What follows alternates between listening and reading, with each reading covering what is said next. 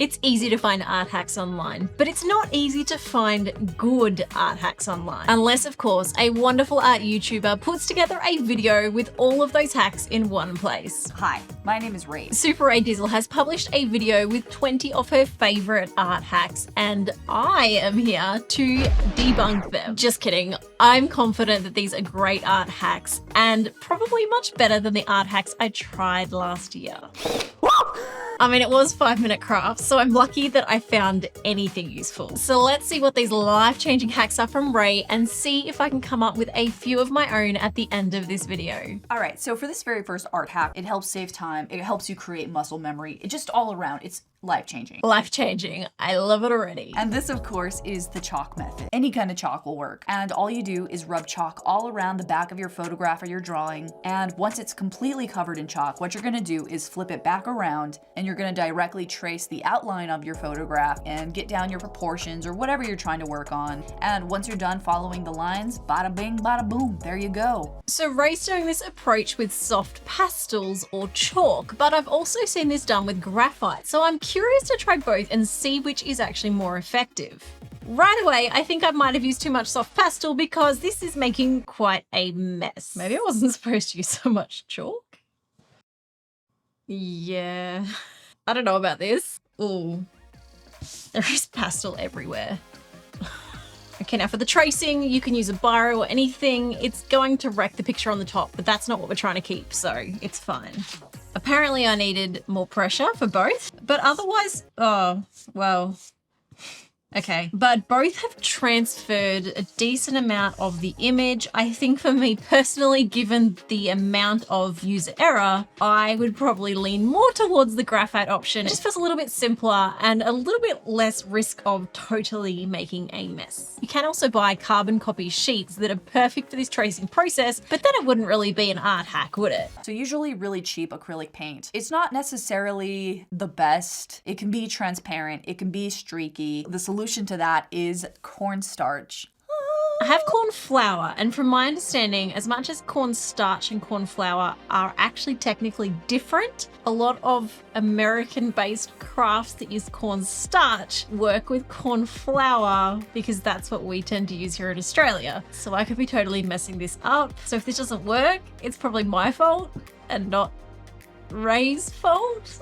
Literally all you do is get a little bit of cornstarch, you add it to your cheap acrylic paint, and just like that, it makes your paint look like a thick body, heavily opaque paint. So I don't paint much, in fact hardly at all, and apparently when I do, I don't do a very good job of cleaning my palettes. But this is what we're working with today, and I've rated my kids' paint supplies because you can guarantee these are going to be cheap paints when they come in containers like this. Actually, these are quite thick. I mean, it's like gluggy. I feel like it actually needs water. Maybe my brush is dry. I told you I know nothing about painting. Okay, I feel like this is actually a really decent kids paint set. I mean, I don't know anything about painting, so maybe they're not. I've got pouring acrylic, which is naturally very runny. So I wonder if we could just thicken that up. You want kind of like a nice toothpaste texture. Toothpaste texture. Okay, yeah, this actually is awesome. I'm probably not even doing this right, and I have no idea about paints, but this, to me, makes sense. This feels nice. Oh, I really want to learn to paint now. Okay, that's an awesome hack. I love it. This is a perfect segue to Rae's next hack, which is using makeup brushes to blend your paints. Now, she's talking about oil paints. I think acrylic paints are probably easier to blend normally. So I've got two colors here, and I'm going to try and blend them normally. And then I've got this makeup brush here. Shane bought me this as a replacement when he accidentally sucked my old brush up in the vacuum cleaner. So this has never actually been used on my face, so we can try this one with our paints today and see if this blends a little bit nicer than a normal brush. That actually blended really well. Maybe this isn't a problem with acrylics. Maybe it's a problem only with oils. I mean, that's pretty smooth already. Let's see if the makeup brush can improve it. The makeup brush with its soft bristles definitely helped to remove some of that texture from the normal brush. Now, I'm really curious to see how this would perform on an oil paint instead of an acrylic paint because I have no idea what the difference is. I don't think I've ever tried oil paints. And while I do feel like it didn't make a massive difference here, this does open up some opportunities to try different techniques, and I do think this would be a really good addition to your painting set if you're working with acrylics. So whenever you're working on an art piece, especially if it's charcoal, which I love, your blending stumps can get very dirty very quickly. What I like to do is get my blending stump and just ever so lightly erase it directly over an eraser. It'll take off a mass majority of the junk on it. Okay, I really wish I knew this a while ago because my blending stumps look shocking. And not having researched how to clean a blending stump, my first idea was that because it was pointy, I should put it in a pencil sharpener. Don't put it in a pencil sharpener. Let's just say my other blending stump is now in the bin and I bought a new set. I did also buy this sanding pad, which I've heard is really good for cleaning the blending stumps, but I haven't properly given it a go. So if this works, this is going to save me money. So I actually think the eraser has worked just as well as the sanding board. The sanding board leaves the blending stump feeling a little bit softer than the eraser. I don't know if that's a good thing or a bad thing. They both leave a bit of a mess. They're both going to eventually wear it down, but these things aren't meant to last forever. But they both do a pretty good job of cleaning. So if you don't have one of these sanding boards and you have an eraser, that is a really good hack. This next art hack is gonna be dedicated to my super old school watchers. The hack is that water-based markers are basically free watercolors. This is actually quite similar to the hack that I tried the last time I did a hacks video, and we colored them on plastic and used them to create our own kind of watercolor effect. So this is essentially the same principle, but probably with a little bit more control. How do I open this? Why can't I ever open anything? Oh, whoa, that is not the color that it looks like at all. It's supposed to be like a burgundy and it's like a brown. Crayola, what? Let's see if we can watercolor it into the right color. First, I just want to try what happens if we just apply water to the marker on the page. Okay, that was way too much water.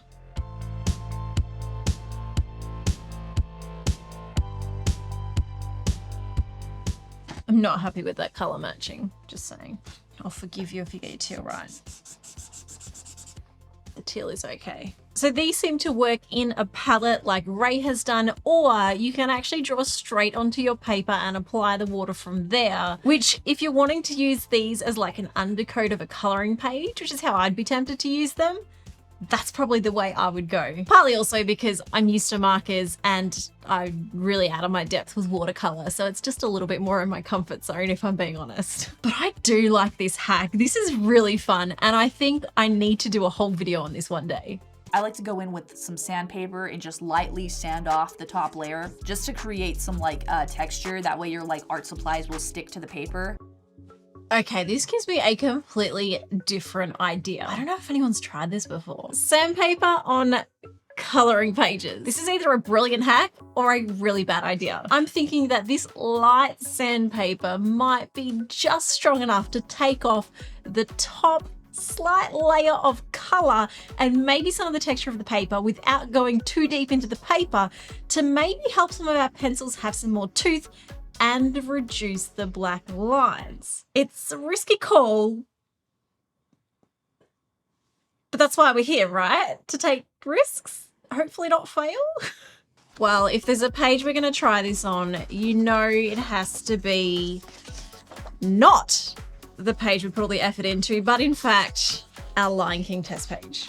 This poor page. Thank you, Lion King, for your sacrifice. Actually, that's a really inappropriate joke to make since his father died and he actually did make a pretty big sacrifice. I also wonder if this might be the solution of fixing that page that we stuffed up all that time ago. It definitely creates texture. Wow. A lot of grit there. Maybe I need to not press so hard. Oh man, it's adding texture to the page. I don't feel like it's a reliable texture though. It's just like lots and lots of scratches. So I don't know if I'd recommend this, but it has added a lot of texture, so maybe. Does the texture actually help though? This might create a horrible look when I color it back in. That is actually easier to color. My curiosity is just booming. I think I need to find a grit sandpaper, and I would be very curious to see if this might be the solution to finally fixing the page in this book that I abandoned out of just not being able to layer any more pencils. I mean, sanded paper is a thing. That's what works for like pastels and everything. So it makes sense that sanding your paper would also work, right? Now for this next art hack, this is one that I have been asked literally, I would say probably every single day since I started uploading on Art YouTube, and that is how I blend colored pencils. And the secret to blending colored pencils is a white colored pencil. No! Okay. A white colored pencil can blend pencils. Rae is right. This is a good hack. But this also frustrates me because every time I try and teach people how to blend colored pencils, my comments are filled with just use a white pencil. This is not a replacement for proper blending technique. And let me show you why. Adding a white pencil layer adds a lot of extra pigment to your page. So while it does help blend these colors together, it does also add an extra white layer. If you've got a lot of color already underneath, this might not be very noticeable, but if you haven't laid too much color, your colors will end up looking faded and more like pastels. A better alternative if you are wanting to take this approach is to use a colorless pencil, which many brands actually offer. This won't quite blend as well as the white pencil, but it will keep those true colors of the original pencils that you are using. And I recommend layering your pencils first as much as possible, so you're not relying on this pencil to do the blending for you. But like I've shown you in so many of my past videos, the best method to really get a good blend is to learn how to layer properly, keep a sharp point, and to overlap your colors. Starting with light layers and overlapping those colors means that you might not need these pencils at all, and you can actually just work with the colors that you already have. A blending pencil can be a nice finishing touch just to clean up those final white dots, or you can try some of the other blending methods that I've shown you in my past videos. Because while a white pencil is great and this is a good hack, I personally want to save this for when I do actually use it, because even without using this as a blender, it is still my most used color, which is evident in that this is the only color that I've had to replace in my set because I've used it so much. For this next art hack, this is another one that I did that went absolutely crazy viral. Basically, whenever you're coloring with a crayon, usually you get that weird blotchy crayon texture. You know what I'm talking about. So these are all the crayons I can find in our entire house. I'm embarrassed both as an artist and as a mum. But if you want it to look a little bit more smooth, what you can do is get your crayon, press kind of hard on the area that you want to color. You get either your fingernail, a coin, or in my case, one of those like pottery thingies, I don't know what they're called, and you just scrape off the extra wax off the paper. Little echidna 5 cents. And let me tell you, whenever you do this, it leaves such a beautiful, smooth, fully saturated coloring page. Man, I don't know what to do with all this stuff. This feels like a messy one again. It's definitely an interesting effect. I don't know if it's something I'd actively do, but then I'm also not the person that actively draws with crayons. I would like to try using an alcohol marker on these to see what that does. Got me thinking, Rae. Let's see if we can come up with a different hack here. So my theory is that the alcohol in this marker should react with the wax in the crayons, just like it works on the colored pencils, and hopefully bring out the color onto the page, fill the white gaps, and create more of a solid look. And so far, it does seem to be working. I'm not sure if anyone's done this before, but I am claiming this as my own hack here. I just probably should have found a marker that maybe wasn't running out. But this would also work with isopropyl alcohol, with probably acetone, and with any of those other blenders that I used in that blender video. So I think we should try this, and maybe we need to hit TikTok. Find ourselves a viral video. Now for this next art hack, let's say you have a green color and it's too dark, but if you add white paint to it, then it turns it into like a weird pastel green, which you don't want. So instead of using white paint to lighten your artwork, what I'm gonna have you do is use neon paint. And it's just a good way to get a more accurate color to what you want. So I don't have neon paints, but I do have neon highlighters, and I love adding markers as a base underneath my pencils. So this does get me thinking, if we use highlighters instead of our normal markers, will this lift the colors of the pencils and maybe create an interesting effect? So I'm going to compare the same green pencil on 2 different Crayola Super Tip markers and a green highlighter. The way you approach this and the colors you choose will completely depend on the end result you are looking for. Sometimes I end up covering the marker completely, so its purpose is mostly to reduce the number of layers of pencils that I need. Other times I'll use the marker as my main color and the pencils are more just used to bring in the highlights and shadows. So this highlighter is working just as well as our regular markers and could be a fun medium to try in your coloring.